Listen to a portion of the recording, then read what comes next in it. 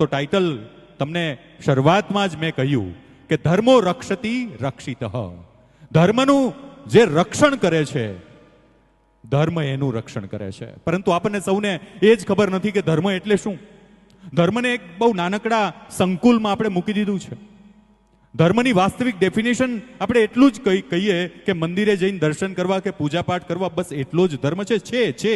પણ માત્ર એટલો જ ધર્મ નથી. ધર્મ તો બહુ વિશાળ એની વ્યાખ્યા છે. એને ક્યાંય કોઈ શબ્દમાં સમાવી ન શકાય. પણ જો ધર્મને તમે સાથે રાખશો, ધર્મને પાસે રાખશો, ધર્મની સાથે ચાલશો, તો ધર્મ ચોક્કસ તમારું રક્ષણ કરશે. ધર્મ, હું તો એમ કહું મારા શબ્દોથી કે ધર્મ એ શૂન્ય છે, જેનું કોઈ મૂલ્ય નથી. 9, આમ તો સિંગલ ડિજિટની અંદર સૌથી મોટો આંકડો એટલે 9. 9 છે ને, એને અભિમાન આવે એટલે 8 ને લાફો મારે છે. એ તું નાનો છો, હાલ. એટલે 8 ને એમ થયું આ કેમ મને મારે છે, તો 8 એનું અભિમાન બતાવ્યું.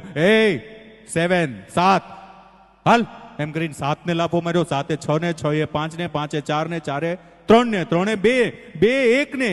પણ એક ધર્મની સાથે ચાલનારો વ્યક્તિ હતો. એને એમ થયું હું આ કેમ મને મારે છે.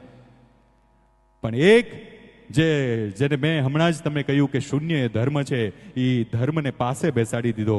એટલે એકની બાજુમાં બેસીને એકનું મૂલ્ય વધી ગયું, 10 થઈ ગયું. એટલે ધર્મની પાસે